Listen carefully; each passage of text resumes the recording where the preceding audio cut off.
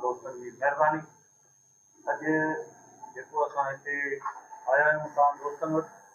असां Pakistan peoples party शहीद भुट्टो सिंध के तरफ का बाकी ऑर्गेनाइजर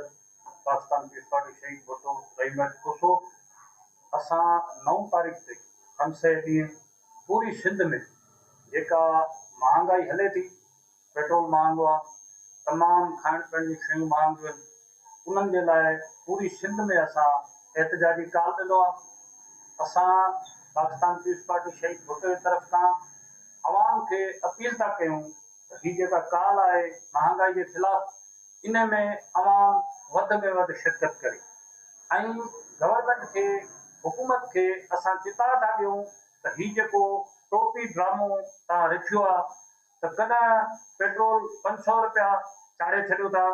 वरी ॿी राति ते माण्हुनि खे चिड़ियो ठाहे चुटियो ठाहे वरी उनखे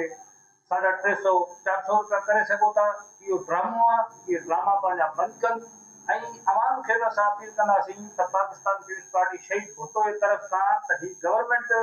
जेका ड्रामा करे थी, इन्हनि ड्रामनि खे सम्झे ऐं इन्हनि जी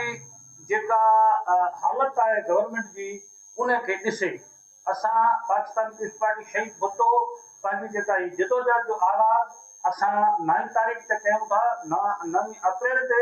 इंशाअल्लाह ताला असां इन पंहिंजी जदोजहद खे कंटिन्यू रखंदासीं। पर इहा असांजी जदोजहद तॾहिं कामयाब थी सघे थी जॾहिं आवाम असांखे साथ ॾींदी। इहा असांजी जेका कॉल इहा डिस्ट्रिक्ट हेडक्वार्टरनि में आहे ऐं असां पंहिंजी पार्टी जे दोस्तनि खे भी अपील कंदासीं, पाकिस्तान पीपल्स पार्टी शहीद भुट्टे जे दोस्तनि खे अपील कंदासीं त आवाम खे पाण सां गॾु खणी वधि में वधि डिस्ट्रिक्ट हेडक्वार्टरनि में जेको आहे सो एहतजाज कनि। गवर्नमेंट जो जेको महांगाई जो हशर आहे, जेको माण्हुनि जो जीअण जजाल कयो आहे, उहा सभु कंहिंखे ख़बर आहे। मज़दूर जी मज़दूरी 800 खां 1000 रुपयो आहे। हाणे उहो माण्हू काॾे वञे? 500 रुपया घी जो किलो आहे, 120 रुपया अटे जो किलो आहे, त माण्हू मिर्च वठे, अटो वठे, घी वठे, जॾहिं मसवाड़ ॾिए, ॿारनि खे पढ़ाए, बीमारी ॾे वञे, काॾे वञे, माण्हू जो जीअण जंजाल करे छॾियो आहे। हिन गवर्नमेंट खे आवाम जो को पैकेज न आहे, हीउ सिर्फ़ु पंहिंजो पेट भरण लाइ पूरी आहे। करप्शन त हद खां वधीक एतिरो हिननि करप्शन कयो आहे जंहिंजो मिसाल ॾियणु मुश्किल आहे। इन जे करे असां चयूं था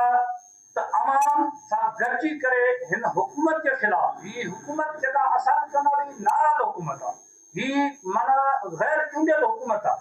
ही अहिड़े तरीक़े सां हुकूमत आई आहे जो असांखे सम्झ में नथो अचे, आवाम खे सम्झ में नथो अचे त हिन जो कोई शेड्यूल ई न आहे। कंहिं ॾींहुं जेको आहे सो हिकिड़े ॾींहुं चांवरनि जो रेट हिकिड़ी जॻह ते आहे त सुबुह जो वरी ॿिए जॻह ते आहे, खंड जो रेट हिकिड़ो आहे त वरी सुबुह जो ॿी जॻह ते आहे। माना हिन जो को गवर्नमेंट शेड्यूल न आहे। असां पंहिंजी तहरीक इंशाअल्लाह ताला मज़बूत नमूने सां हलाईंदासीं। पाकिस्तान पीपल्स पार्टी शहीद भुट्टो पंहिंजी तहरीक मज़बूत तरीक़े सां हलाईंदासीं ऐं उन में असां वधि में वधि मज़दूर, हारी ऐं आवाम सभिनी खे, जेके मज़दूर तबिके जा माण्हू आहिनि, रिक्शा ड्राइवर आहिनि, टैक्सी ड्राइवर आहिनि, ट्रांसपोर्टर आहिनि, सभिनी खे असां चवंदासीं तव्हां पाकिस्तान पीपल्स पार्टी शहीद भुट्टो जो साथ ॾियो। हींअर फर्ज़ कयो कणिक जी मौसम आहे, असांजो ज़रई सूबो आहे, असांजो जेको दारोमदार आहे उहो सॼो ज़राअत ते आहे ऐं ज़राअत जो हशर छा आहे, जेकर हींअर 8,500 9,000 रुपया बोरी आहे त मां चवां थो जेकर तव्हां हिनखे सिर्फ़ु 3 महीना छॾींदो त इहा बोरी वञी 12-13,000 ते पुॼंदी। माना हारी सां